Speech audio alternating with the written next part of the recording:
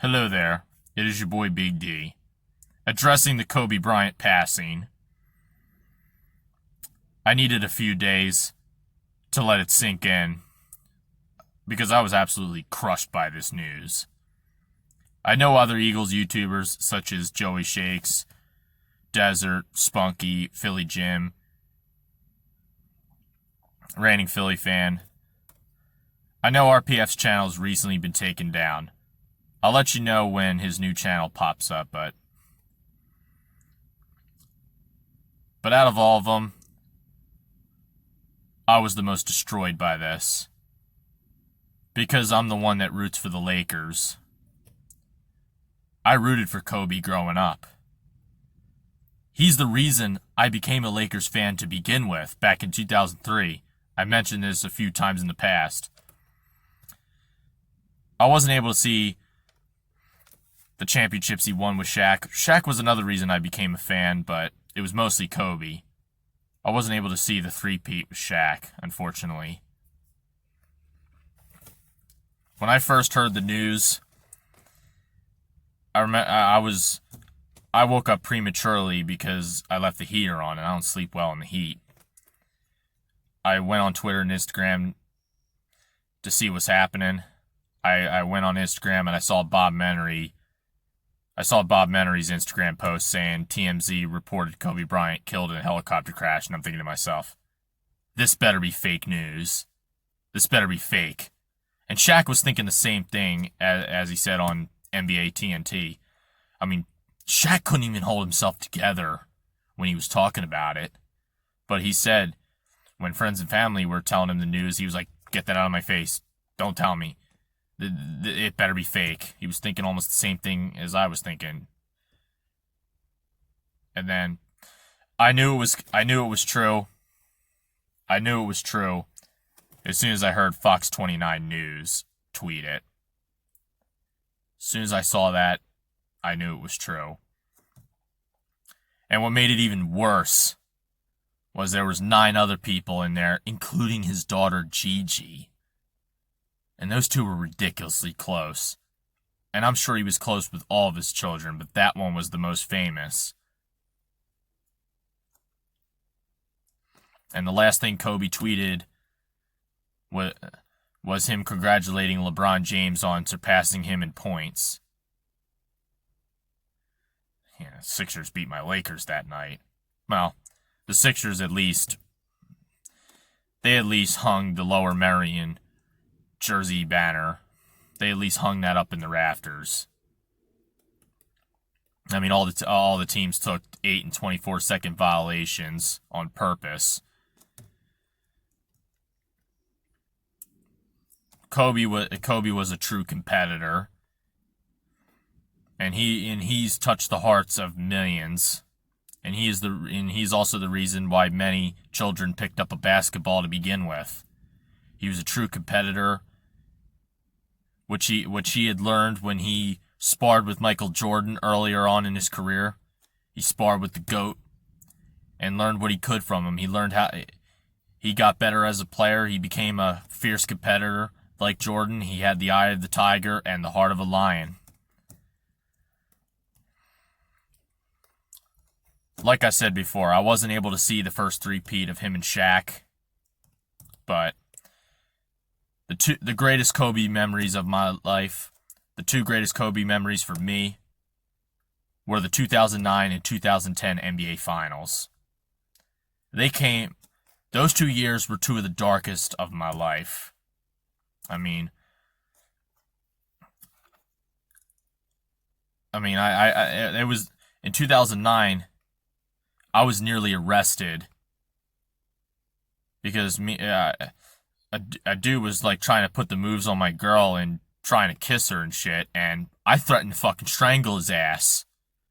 And somebody ratted to me, and I nearly got in trouble for that. I don't know how I got out of it, but I was nearly arrested because I threatened to strangle somebody. I never actually put it in my hands on him, but I took like a hoodie lace out. I took a hoodie lace out because I used to remove the laces from my hoodie for whatever reason. I don't know why, but I took one of them out and threatened to strangle him with it. And it was the main reason we broke up. And in 2010, I had to watch her walk off with somebody else when it should have been me. And of course, things were falling apart in my home where I was living. I mean, I remember I had to temporarily live with my grandmother during the summer. I'm not going to get into too much. I'm not going to get too into that because there's a lot of things that my family would rather I didn't tell publicly, and I can respect that. But I can respect that because there's a lot of things that I wouldn't want them telling about what's going on with me, even though some of them do it anyway, but whatever. But in 2009, the dating world was pretty scarce, and there was a lot of bad blood. There's been a lot of bad blood between family members at that time. Like I said, I'm not going in depth because I'd rather not talk about it. But it was really bad. And remember when Dick Vermeil, remember if you've ever seen the movie Invincible, which I'm sure you have, the story of Vince Papale, remember when Dick Vermeil was talking to his team in the locker room, and he looked at him and said, "The people of Philadelphia are suffering. Philadelphia is suffering. They're going through dark times." And he looked at them, he looked at all the players, and he said, "You are who they turn to at times like these." And that is absolutely spot on. Now, the Eagles couldn't cut the mustard in 2009 and 10. The 2008 and 2009 seasons. I mean, the 2008 season, 2009 playoffs. We lost to the Cardinals. I mean, we got into the playoffs by smashing the Cowboys 44-6. It was one of the greatest memories in Eagles history. And we got past Minnesota. We knocked off the Giants, and then we lost to Arizona. We were white hot at that time, and we just completely folded against the Cardinals. We started off ridiculously slow. Where have you seen that before? And I'm not going to talk about the culprits. We should have won, but it didn't happen. But I'm not going to talk about why, because I'll probably address that in one of the next videos I make. I'm not gonna use my screen time here to mention it. I'm not gonna use this to try to talk about something else, because this is even though I kind of am right now. The thing is, I'm not making this video for views, which is why I was okay waiting a few days before I did. I don't give a shit how many views this gets. I don't give a shit how many likes this gets. I'm making this video to tell you how I feel. You know what I mean?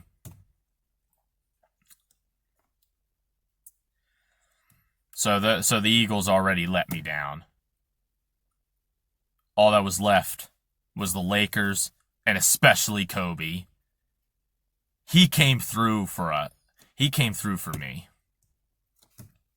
When we steamrolled the Magic in the 2009 NBA Finals, and then the following year, we were up against the Celtics again. We lost to them in the 2008 Finals. And I remember we lost Game 5, and then Kobe went off in Game 6. I mean, including an alley-oop dunk, which I thought was amazing. It was truly spectacular looking at the time.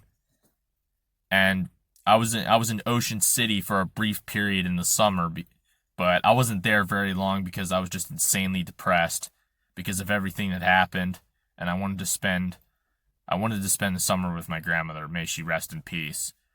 She died back in October 2018. I wanted to spend that entire summer with her. She's the reason why whenever I remember coming back from Ocean City.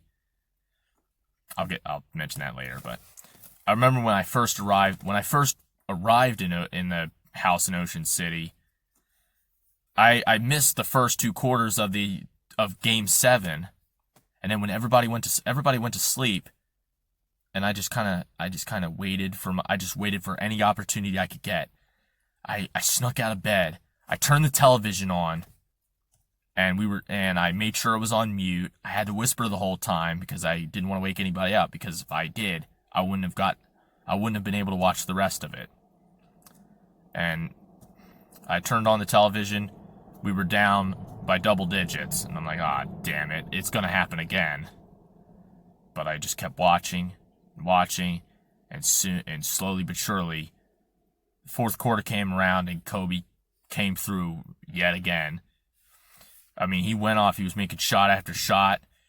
He was playing great defense, and he made 2 clutch free throws. And we won our 16th championship, and we beat those punk-ass Celtics. And, by the way, I hate the Celtics more than any other team, and that was really special for me. It was one of the... I had to whisper. I had to celebrate whispering. It was one of the greatest moments of my life. Super Bowl 52 is right up there. Super Bowl 52 was actually more special because the Eagles finally got it done. And I remember a few days later, I remember watching Kobe's reaction to that. And that made it even more special.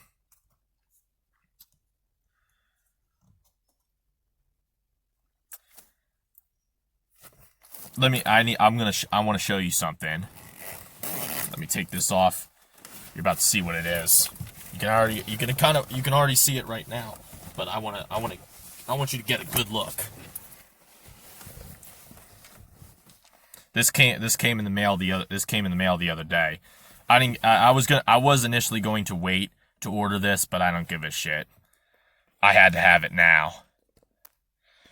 This was the Lakers uniforms that they introduced, I believe, in 2013.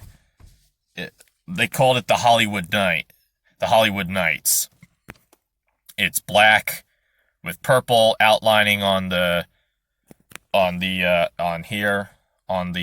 collar and cuffs, so to speak. And you have the purple Lakers lettering and the purple numbers. And you got Bryant on the back. I don't feel like turning around to show you. And you got the Adidas. It's the Adidas. And you got the NBA logo. This is a replica. It's not an authentic one. The Adidas is stitched. The NBA logo is stitched. This is more of a thinner polyester-esque material. And the lettering and the numbering is screen printed on. But the way I see it, I don't give a shit. I don't give a shit if it's not authentic. I don't give a shit if it's fake. It's the kind I wanted. This is what I could get in this design, and it came in my size. I wanted to wait a little while, but at this point I had to get it.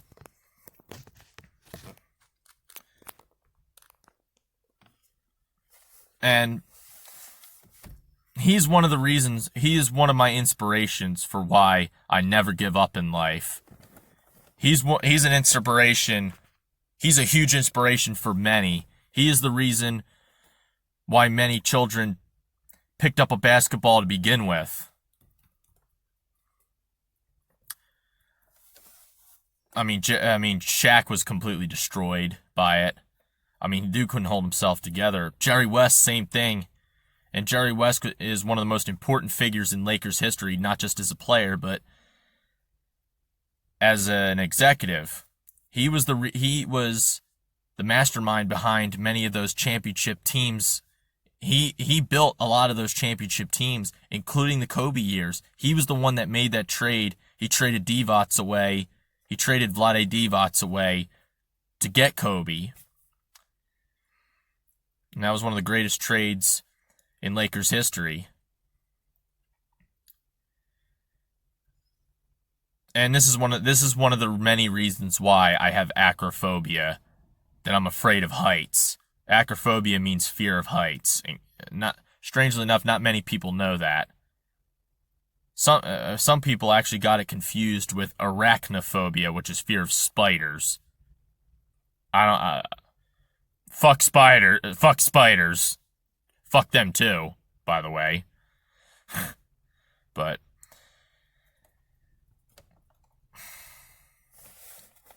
this is one of the many reasons why I'm afraid to go up in a plane or a helicopter, because something like this could easily happen.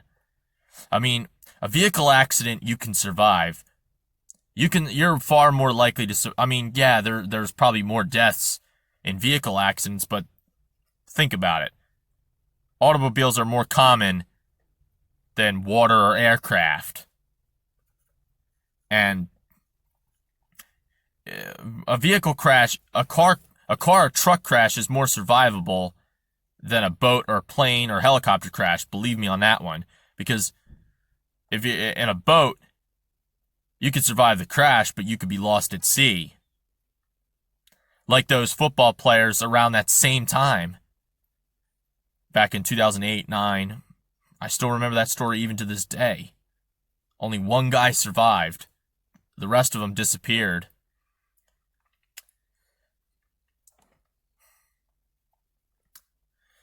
But in a helicopter, everything has to go perfect. If something goes wrong, you're cooked. You're done. And the reason Kobe took a helicopter to begin with is so he could beat the traffic in LA, because the LA traffic sucks. It's right up there with New York traffic, and I've driven in New York before. Well, I never drove in New York, but I have ridden with somebody to do deliveries once. And this is and I talked about my first ex, and I'm trying to replace my recent ex, but I'm kind of putting getting a new place, getting a new truck, getting my truck, and getting things ready for a new place. But I just want to get it done as quickly as possible. I want it now. There's a lot of things that I want now. I'm tired of waiting. And when people tell me that I'm still young, that really bothers me. And this is one of the reasons why. This is why that bothers me as much as it does. Because Kobe has taught many of us a lot in life, especially with hard work, perseverance, never giving up. And he was a man of the people. Of course, there's some assholes on social media that bring up that fucking rape case and talking shit. By the way, you should see me on Twitter. I've completely ripped many of them apart. I've ripped so many of them to shreds, and I've caused multiple of them to privatize their accounts. I wish more of them blocked me, but a few of them did. Because I'm not letting them get away with that shit. Fuck that. But in a way, Kobe went out teaching us one more valuable lesson. It's like Clint Eastwood once said, "Tomorrow is promised to no one." And this is yet another example. So when people tell me I'm still young, or I got all the time, you really don't. That's why that fucking shit bothers me. It's why that shit pisses me off. Because am I going to die in a helicopter crash tomorrow? No. But that's not the point. The point is, a lot of people could lose their life just like that. It doesn't matter.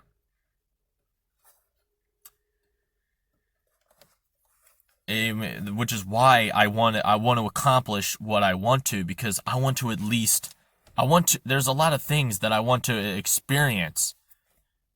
I want to die the same way Don Vito Corleone did, playing with his grandkid, or in my case, grandnephew, because I don't plan on having children. But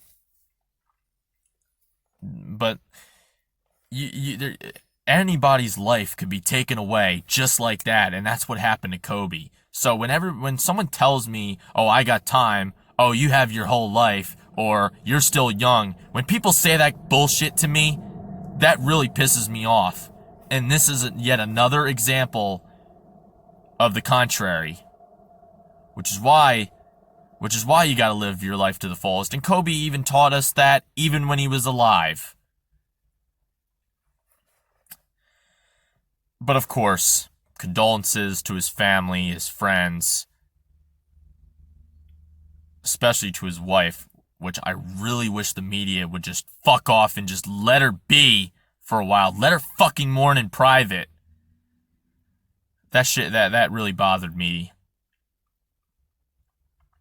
I mean, give her the time.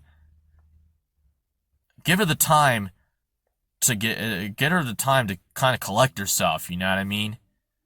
But anyway, condolences to her, the rest of his family, his friends, many others. Until next time.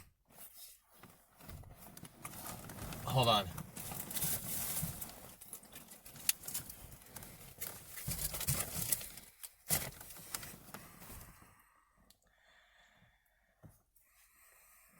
I'm gonna propose a toast.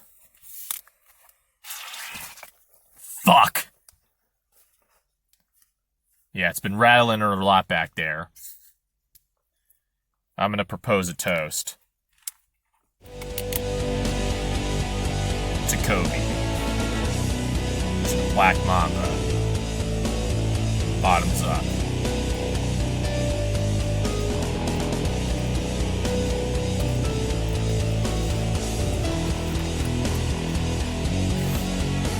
Rest in peace, my man.